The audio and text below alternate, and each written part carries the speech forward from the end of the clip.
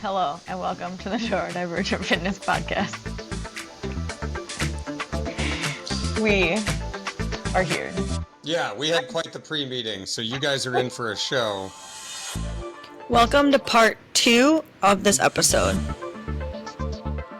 It's great. Like what you're saying is they ate food? Food. Food. Food is what actual they ate. actual crazy. food.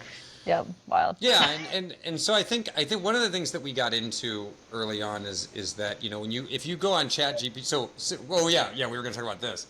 So second most common use in 2025 for ChatGPT, therapy.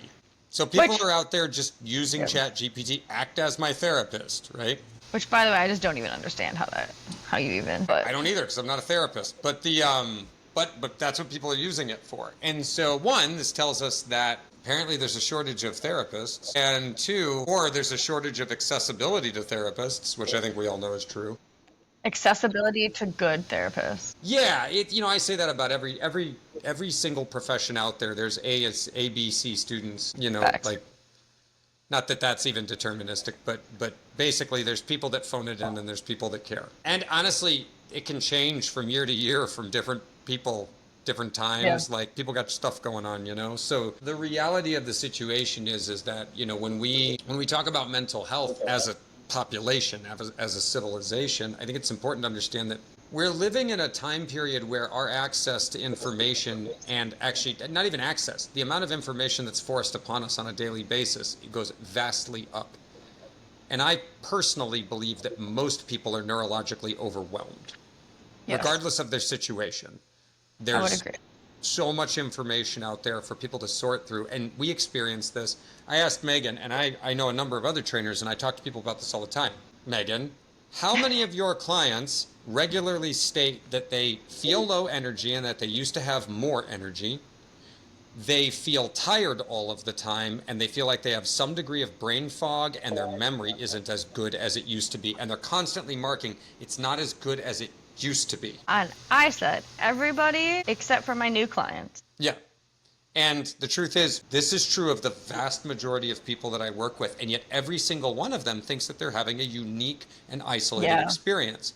And when you work with people from different genders, different backgrounds, different spiritual backgrounds, cultural backgrounds, ages, professions, and they're all explaining the same experience, you can pretty much determine that it's not them. And that is a common theme among people I talk to, is that they literally think it's just happening to them, or the situation is extremely unique. Like, no one understands, no one can relate, no one else is going through this. When, even if it's all pretty similar. It's all pretty similar in terms of overwhelm. It manifests slightly different from person to person. Yes. And they'll work, and often there's underlying causes. Like, I've known people that have wound up having autoimmune disorders. I've known people that have wound up having hormone issues. I've known people that have wound up having thyroid cancer. I've known people that have, all kinds of things.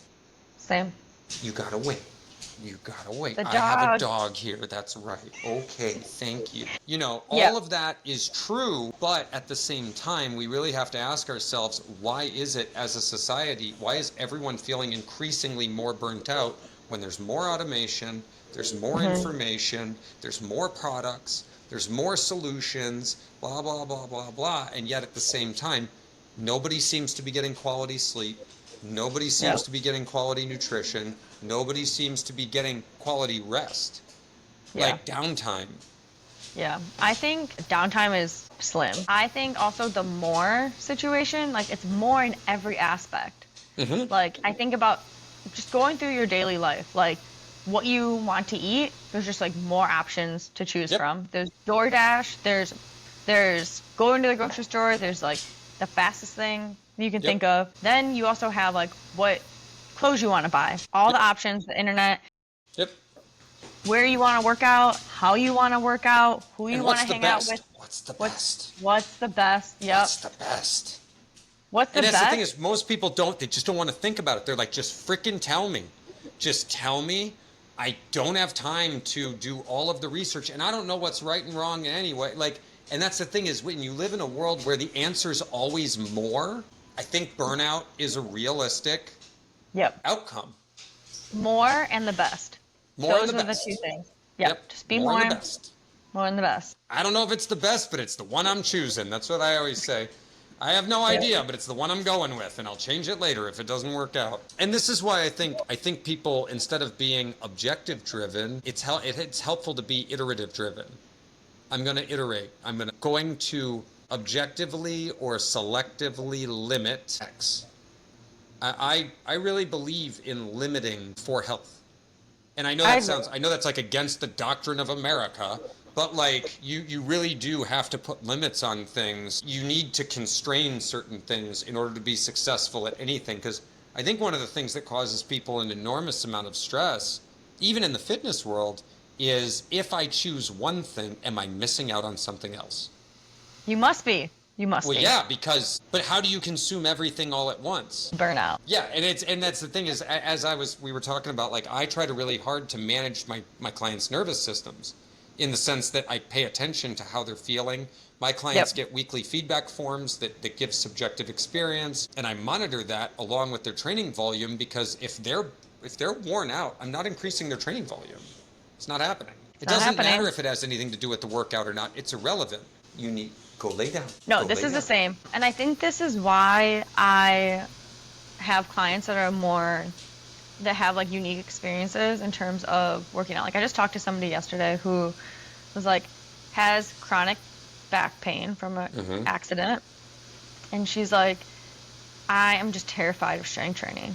Just terrified. Because she's like, if I am going to get hurt doing anything, like thinking about strength training, that just sounds like danger. And the reality is that if you are in a traditional setting where like you just push through, it doesn't matter how you feel, you just keep going with the volume, you keep going. In some situations, I just want to put this up, in some situations, for very specific athletic performance goals that you might have, this is not applicable. Like it's a totally different realm. Like if you're if you're a performance athlete, listen, you're not healthy anyway.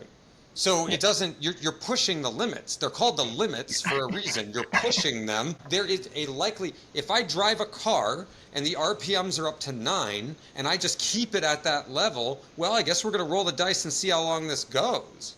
Like, what else do you expect to have happen? Like, yep. That was like, when you were talking about Arnold Schwarzenegger doing steroids. Like, what do you expect? He's like, what do you think?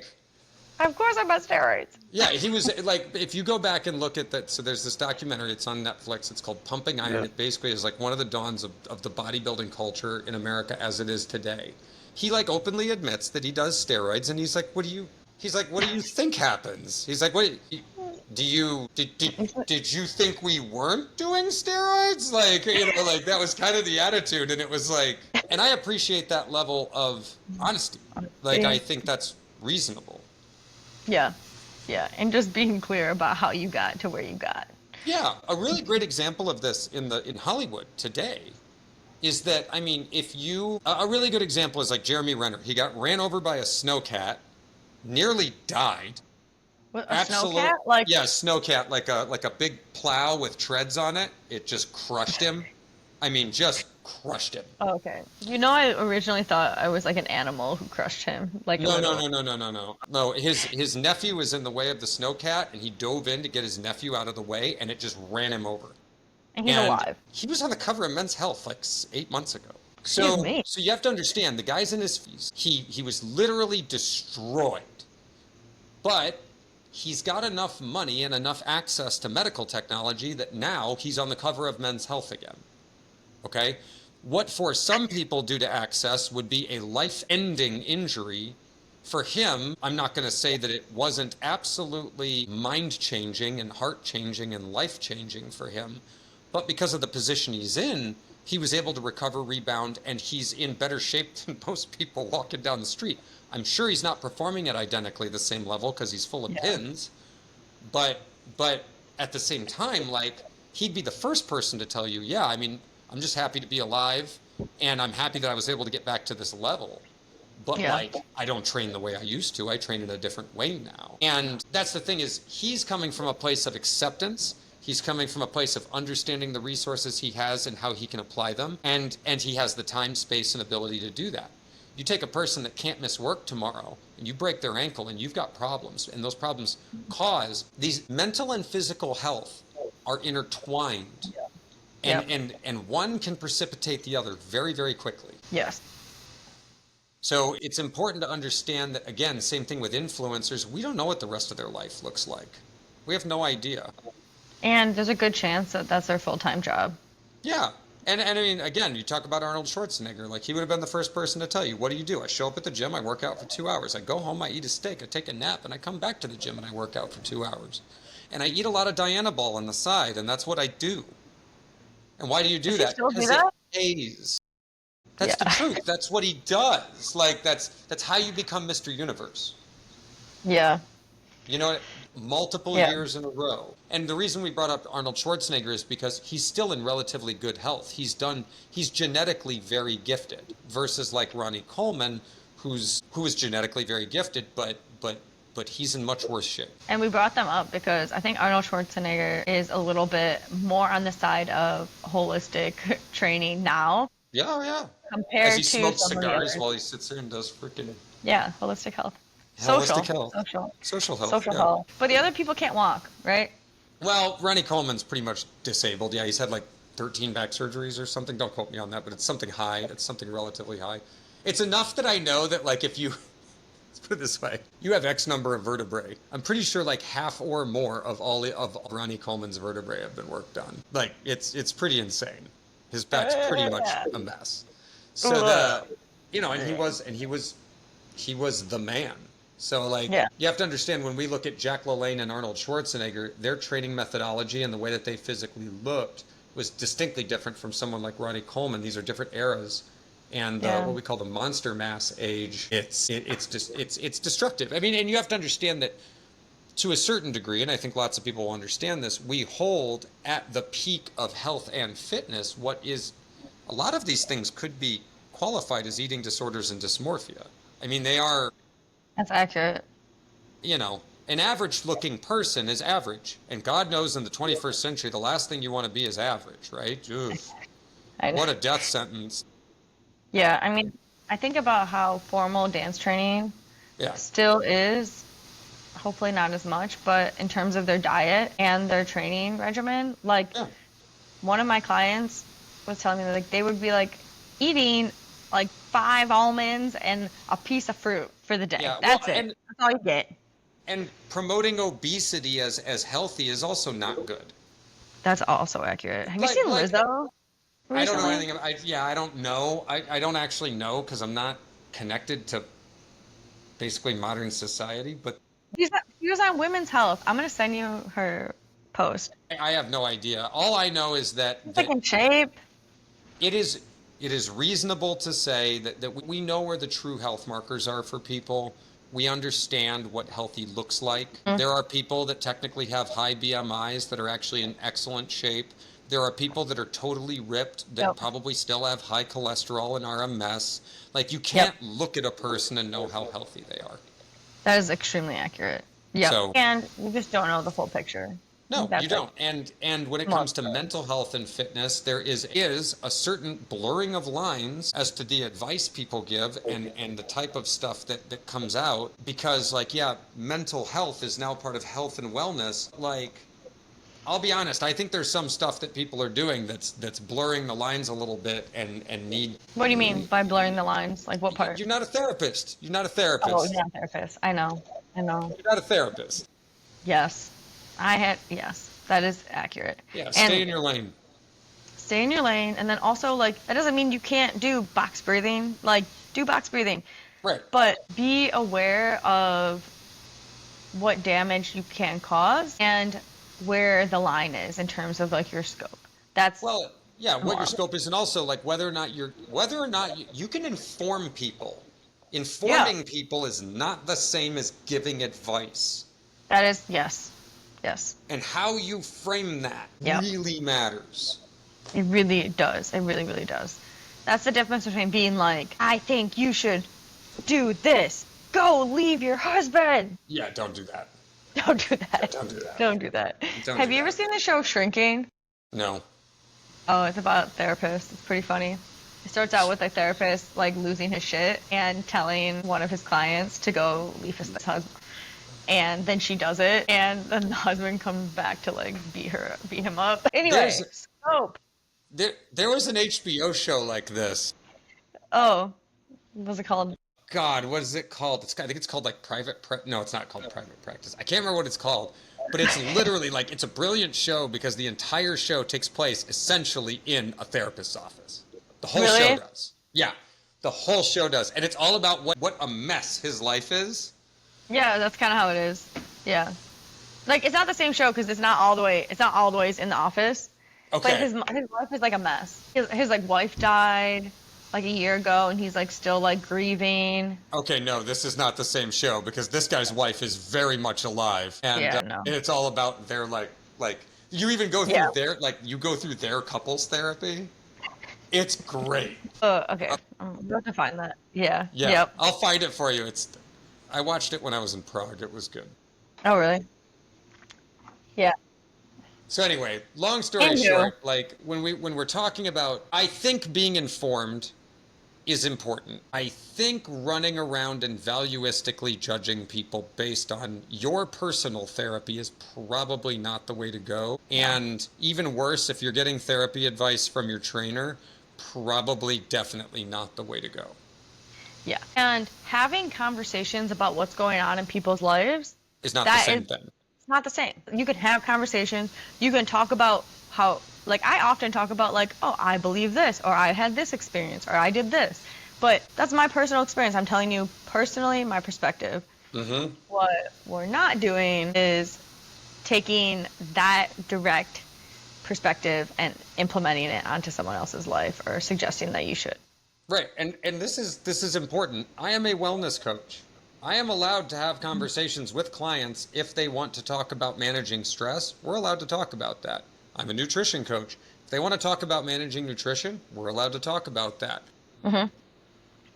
Managing stress or having good sleep routines or making sure you're getting enough water is not the same as giving job advice. Those aren't the same thing. Or digging into childhood traumas. Yeah, yeah. Like one of the things that I'll often say to someone is like, for example, well, if you're feeling, if you're constantly feeling tired, let's look at a couple things. Let's look at your hydration. Let's look at your nutrition. Let's look at your sleep. If those three things are in place and you're still having that feeling, let's take a look at your stress load. Okay, how do you manage stress? And that's one of those areas where you're allowed to walk through the conversation with a person and say things like, where do you find the majority of your stress comes from? And then you can start talking about some of these simple things like, do you meditate? I have one client that does transcendental meditation twice a day. I didn't inform him to do that. He thinks it's great. I totally support that. Yep. If I notice he's having a difficult time or it seems like his energy levels are off or something, I'll be like, have you been meditating? So like you're allowed to ask that question. Meditation is a tool. You can recommend tools people already use. You can inform them of other tools. Yes. You don't recommend them, you inform them, but what you don't do is come in and try to manage their stress for them. That is not how that works. Yes, 100%. And these tools, they're information, and you can speak to your experience on using some of them. Like asking a client, did you eat today?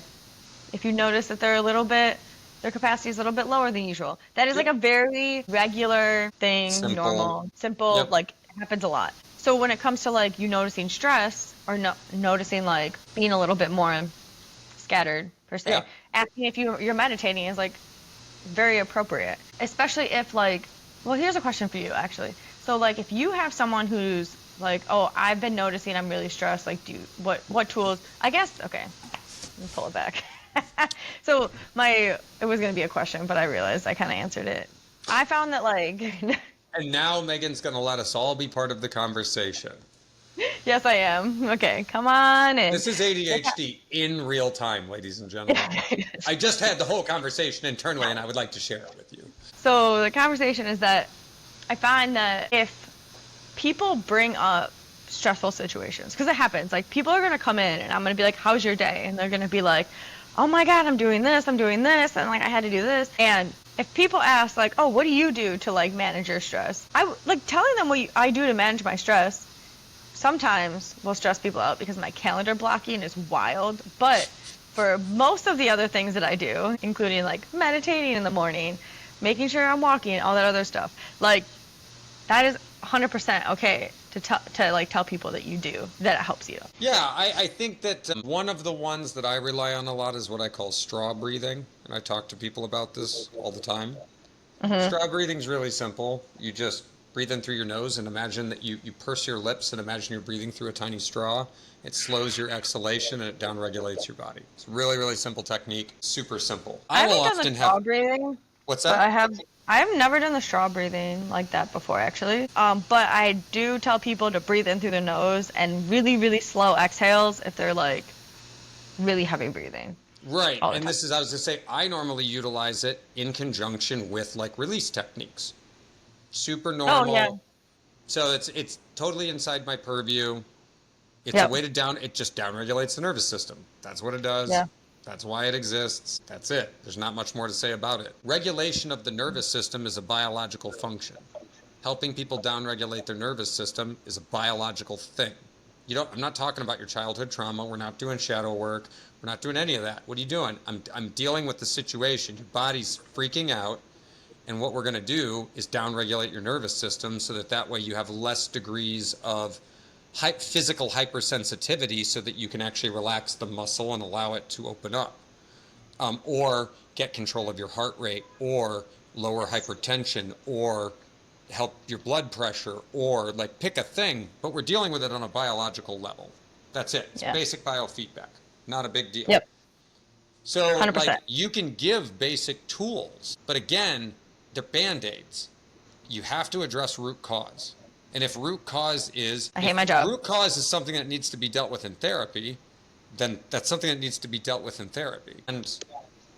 And understand that therapy can come in a lot of forms for a lot of different people. Some people find their therapy at their house of worship. Some people find therapy in a therapist's office. Some people find therapy in groups. Some people find therapy in their support groups. Some people find therapy in one-on-one conversations. Therapy doesn't always have to be with a therapist, like whatever's healing and helps you get what you need. Yeah. That's a good point. But unless that's a specialty that you have, wellness coach is not a therapist position. For wellness coach, what do they scope? Wellness coaches, all we do is something called motivational interviewing. It's all we do. It's really simple. We keep digging at the core question until you have an answer. That's it. We just keep you on target. You pretty much just ask why over and over. Yeah, pretty much. Or one of the ones is you also identify themes and patterns. Yeah. So but you kind of do that with training anyway. It's just a different form of training. It's just coaching. You're just coaching. It doesn't matter. Literally, if I was going to go, like if I was working with a trainer, you know this because I've worked with you this way, coaching's no different with you. I don't tell you what to do. I ask you, what do you want to do? And then you tell me what you want to do, and then I reflect it back to you in a way that it makes sense to me. And then you think about it from that position. And then occasionally I'll be like, okay, so and then we'll start identifying resources. We'll start making plans. We'll start then, okay, what's the first, second, and third step of the plan? That's how you wellness coach. You don't, it's coaching. You're coaching. It's not, coaching and therapy are not the same thing. Yep. Coaching is about external objective. It's about achieving objective accomplishments, something that is measurable. Remember SMART goals? We did another podcast eons ago on SMART goals. Coaching is about SMART goals. Coaching is not about subjective experience. I don't sit there and say, well, why do you want that? What in your childhood makes that you desire that? Who didn't hug you enough? Like, it's not, I don't do that. That's not what I do. And I don't think that's what therapists do. I'm just kidding. But I know that's not what therapists do. I know. They do talk about your childhood. They do. And I think parts work is, like, I've done a lot of therapy. I've been around a lot of therapists. And I actually know people that are body workers or trainers that have a background in psychology. That doesn't necessarily mean that they're practicing psychologists or psychotherapists, but they may incorporate that into their practice in a different way, and that's inside their scope. That's not inside my scope. Yep. Okay, so to wrap this up, what are some key takeaways that we have for today? I would say the key takeaways for me that I would recommend to most people is to the trainers, don't be therapists. to the clients, don't expect your trainers to be a therapist, but do understand that neurological and biological fatigue is linked to subjective experience, and that you can manage the biological components of that, but that is a band-aid. You do eventually have to get to the root of the subjective experience or intersubjective experience. And sometimes it does help kickstart that cyclical effect the other way, the physical part, but it's not the end all be all. So it can definitely help and give you that motivation to like start to go the other way, but you do need to get to the root of the issue, or at least address it. At least know it's there. At least acknowledge it, accept it, and be willing to talk about it, or maybe don't talk about it. Chronic stress causes health issues. Everyone knows it. It's documented everywhere. We've also, one of the big key takeaways is if, by the way, you are feeling fatigued, you are feeling overwhelmed, you are constantly tired and forgetting things, and you think it's only happening to you, it's not. It's happening to everybody. That's a good takeaway. Happening to so many people. And the internet's a lie. That's my reminder to you that Instagram is not real. And all right. I didn't bring my punk rock 10, but Meaghan did. That was we're just going to end this episode with "The Internet is a Lie," brought to you by the Internet. So now our call to action is for you to expose the internet. No, I'm just kidding. Expose the internet. I think everyone knows. That's the thing. I mean, everybody knows, but I think we forget. We like see it so many times, and then we're like, "Wait, hold on, it's real. It's real. It's actually real." And they're like, "You don't have to remember." That's the thing. You don't have to remember. You're built that way. You're made that way. Your brain is built in a world where you were only going to know 50 people in your entire life. So when your brain sees 1,000 faces saying the same thing, it's true. It doesn't matter what it is. You're built that way. You're made that way biologically. So it's real. So turn it off is the answer. Turn it off. Read a book. Do something slow. Do slow stuff. Here you go. Do slow stuff. Do slow stuff. Take a walk. Read a book. Do slow things. Cook a meal. Do slow things. And when you feel like your anxiety and your fastness is starting to come up like that, you're going to sit still. I am saying that as a reminder to myself and to everyone else, because the number one thing I've been working on with my therapist is sitting still and sitting in the slowness. So I would like to remind everybody, it is firefly season. Please, in the next couple of evenings, sit awake at night, look out a window, and watch some fireflies. And if you don't live in an area that has fireflies, then like Europe. You can... Really? Fireflies there. Yeah, the West Coast doesn't either, I guess. No, they don't have them either. No, that's a Midwestern thing. Midwestern thing. Okay. So if you don't have fireflies, grab a book. Yeah. Or you can put in the comments of this episode what you do to slow the fuck down. I like ambient lo-fi hip-hop music that has no words. Are you joking? While I cook. Okay. Wait, that sounds real though. That's real? I'm not joking. That's exactly okay, good. Yeah, that's not a joke at all. Okay. I prefer very upbeat music while I'm cooking. No, super low key. I'm a super chill cook. Like until I'm not. Then I want punk rock. And we're gonna light everything on fire, and it's gonna be awesome. Okay, I like the. I'm a myriad of extremes. Okay, and with that, we don't know what our next episode's gonna be, but. Nope, but it's a surprise. Yep, it's a surprise.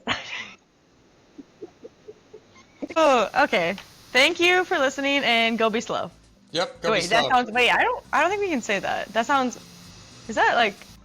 Okay, let's slightly rephrase it to go enjoy slow things. There we go. Go enjoy slow things. There you go. All right. Okay.